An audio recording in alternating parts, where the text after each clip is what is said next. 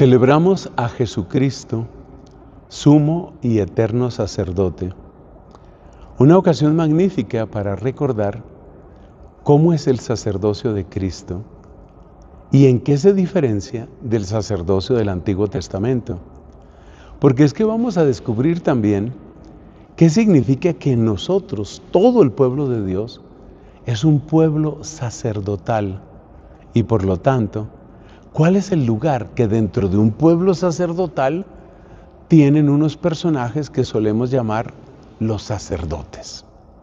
Esa es nuestra tarea para el día de hoy, una hermosa tarea. Empecemos por lo primero. ¿Cuál es la gran diferencia entre el sacerdocio del Antiguo Testamento, que es el sacerdocio que viene de Aarón, el hermano de Moisés, y el sacerdocio de Cristo? Pues debo decirte que hay todo un libro de la Biblia que nos explica exactamente eso.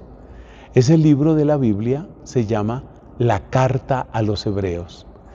Toda la Carta a los Hebreos es precisamente para explicarnos cómo es diferente el sacerdocio de Cristo del sacerdocio del Antiguo Testamento. Y la diferencia está en cuál es la víctima que se ofrece. Porque en el Antiguo Testamento se ofrecían corderitos de nuestros rebaños, mientras que en el Nuevo Testamento se ofrece el Cordero de Dios, así en singular, el Cordero de Dios, el que quita el pecado del mundo. Como es distinta la ofrenda, es distinto el sacerdocio. Pero es que además, quien realizaba el sacrificio en el Antiguo Testamento era un ser humano que se reconocía pecador. Quien ofrece el sacrificio en el Nuevo Testamento es el mismo que se ofrece a sí mismo en sacrificio. Por eso decimos que en el Nuevo Testamento tenemos a Jesucristo como sacerdote, como víctima y como altar. Entonces Jesucristo es sacerdote de su propio sacrificio. Jesucristo se ofrece a sí mismo. Eso no sucedía en el Antiguo Testamento. Y como la ofrenda es perfecta, y como la intención del sacerdote, que es el mismo Cristo, es perfecta, la ofrenda del Nuevo Testamento es perfecta. Y por eso, como explica muy bien la carta a los Hebreos, se ofrece una vez y para siempre. Ese es el sacrificio, ese es el sacerdocio del Nuevo Testamento. Y ahora, ¿qué significa decir que nosotros somos un pueblo sacerdotal? ¿Eso qué quiere decir? Es algo muy hermoso. Un pueblo sacerdotal quiere decir que también nosotros estamos llamados a ofrecer. ¿A ofrecer qué? No a ofrecer simplemente cosas, a ofrecernos a nosotros mismos.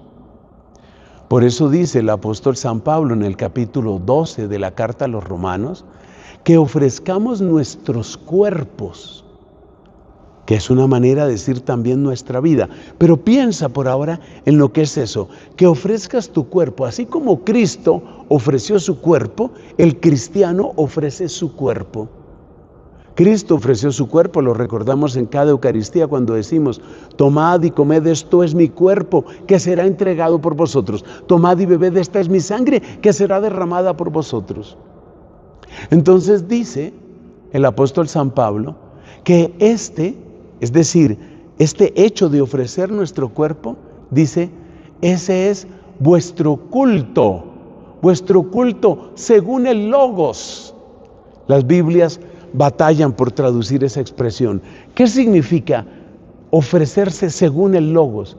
Pues lo que mejor explica esa frase es que así como el Logos, Cristo, palabra encarnada, se ofreció, así también tú, según el Logos, al estilo del Logos, tras las huellas del Logos, es decir, a la manera de Cristo, tú también te ofreces. Eso es lo que significa ofrecerse en sacrificio. Y por eso nosotros somos un pueblo sacerdotal. Y entonces, ¿por qué hay sacerdotes? Por ejemplo, este servidor, pues yo soy, por bondad de Dios, por misericordia de Dios, sin mérito mío, yo soy sacerdote. ¿Qué quiere decir eso? Porque tú eres sacerdote de tu propia vida. Yo, como cristiano, soy sacerdote de mi propia vida en la medida en que yo tengo que ofrecer mi propia vida. Pero ¿qué significa entonces que haya sacerdotes? Esto nunca llegó a entenderlo Martín Lutero, y por eso él, que estuvo de pelea con tantos sacramentos, especialmente peleó con el sacramento del orden. ¿Sabes por qué hay sacerdotes? Hay sacerdotes porque la presencia de Cristo como cabeza tiene que darse en la iglesia. Por supuesto que cada cristiano es presencia de Cristo, eso no lo duda. Cada cristiano puede decir lo que aparece en Gálatas capítulo 2, ya no vivo yo, es Cristo quien vive en mí.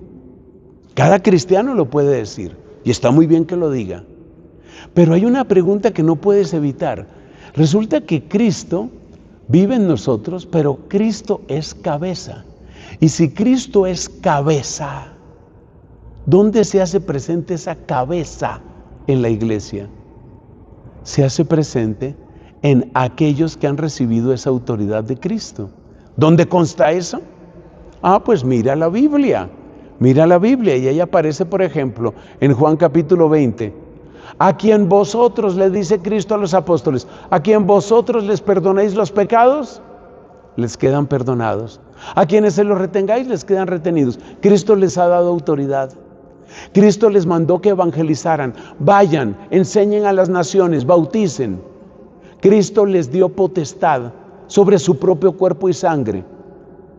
Cuando les dice, tomen y coman todos de él, porque esto es mi cuerpo que será entregado por ustedes. Tomen y beban de este cáliz, es el cáliz de mi sangre derramada por ustedes. Y luego, ¿qué dice?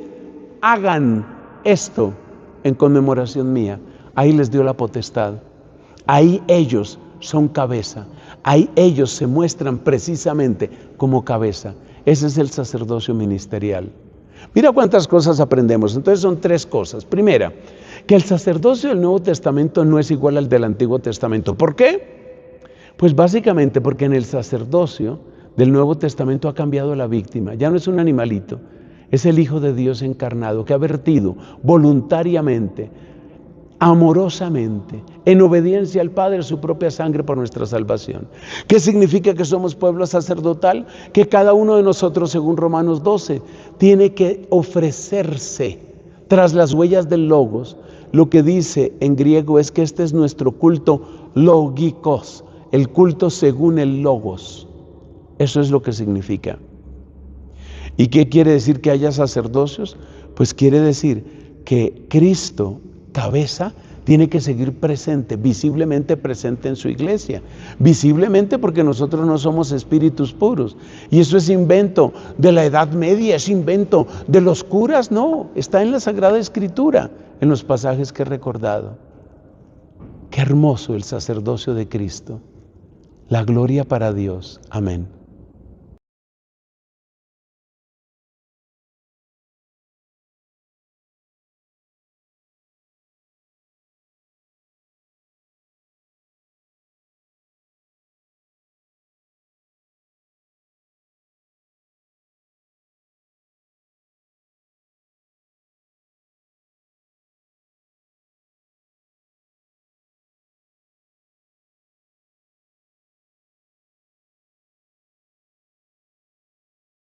Lectura del libro del Génesis. Cuando llegaron al sitio que le había dicho Dios, Abraham levantó allí el altar y apiló la leña. Luego ató a su hijo Isaac y lo puso sobre el altar, encima de la leña. Entonces Abraham tomó el cuchillo para degollar a su hijo. Pero el ángel del Señor le gritó desde el cielo, «Abraham, Abraham». Él contestó, «Aquí me tienes». Y el ángel le ordenó, «No alargues la mano contra tu hijo ni le hagas nada. Ahora sé que temes a Dios, porque no te has reservado a tu hijo, tu único hijo». Abraham levantó los ojos y vio un carnero enredado por los cuernos en la maleza. Se acercó, tomó el carnero y lo ofreció en sacrificio en lugar de su hijo. Abraham llamó a aquel sitio El Señor ve, por lo que se dice aún hoy, el monte del Señor ve. El ángel del Señor volvió a gritar a Abraham desde el cielo, «Juro por mí mismo, oráculo del Señor, por haber hecho esto, por no haberte reservado tu Hijo único, te bendeciré. Multiplicaré a tus descendientes como las estrellas del cielo y como la arena de la playa. Tus descendientes conquistarán las puertas de las ciudades enemigas. Todos los pueblos del mundo se bendecirán con tu descendencia, porque me has obedecido. De la carta a los Hebreos. Hermanos, es imposible que la sangre de toros y machos cabríos puedan borrar los pecados. Por eso, al entrar al mundo, Cristo dijo, conforme al Salmo, no quisiste víctimas ni ofrendas, en cambio me has dado un cuerpo. No te agradaron los holocaustos ni los sacrificios por el pecado. Entonces dije, porque a mí se refiere la Escritura, aquí estoy, Dios mío, vengo para hacer tu voluntad. Comienza por decir, no quisiste víctimas ni ofrendas, no te agradaron los holocaustos ni los sacrificios por el pecado, siendo así que eso es lo que pedía la ley. Y luego añade, aquí estoy, Dios mío, vengo para hacer tu voluntad. Con esto, Cristo suprime los antiguos sacrificios para establecer el nuevo. Y en virtud de esta voluntad, todos quedamos santificados por la ofrenda del cuerpo de Jesucristo, hecha una vez por todas.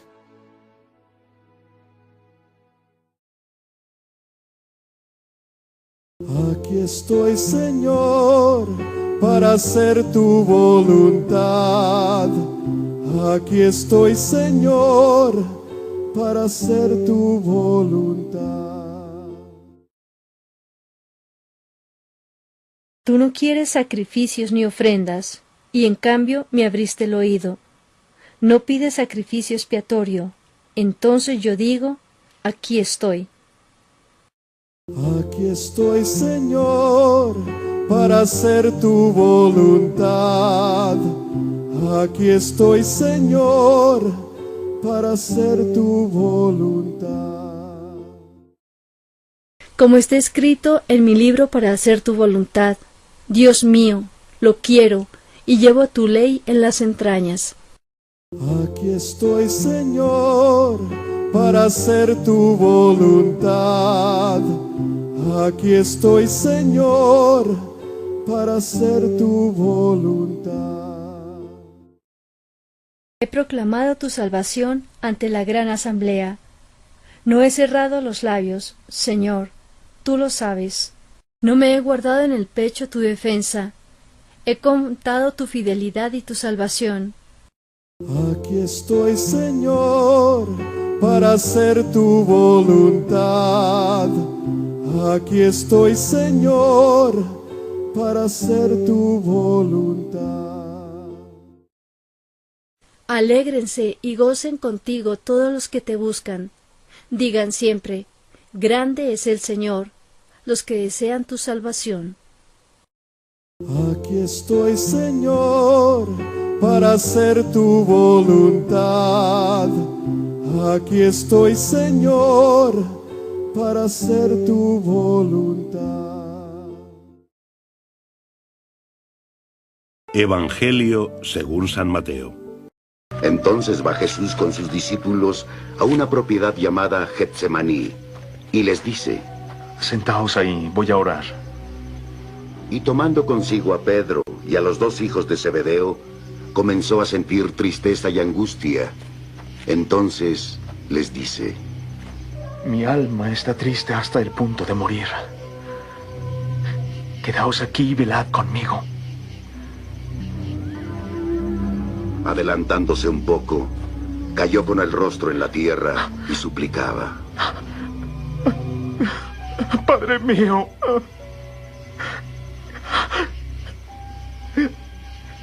si es posible, haz que pase esta copa de mí. Pero no como yo quiero, sino como tú quieres.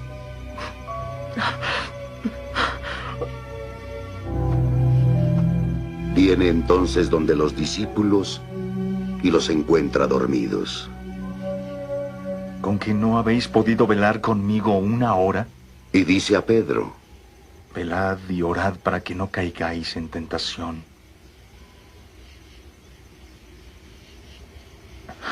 El espíritu está pronto, pero la carne es débil.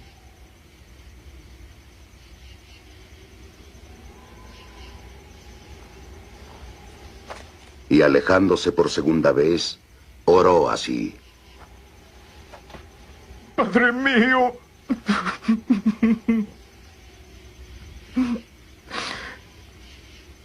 Si no es posible que esta copa pueda pasar sin que yo la beba, hágase tu voluntad.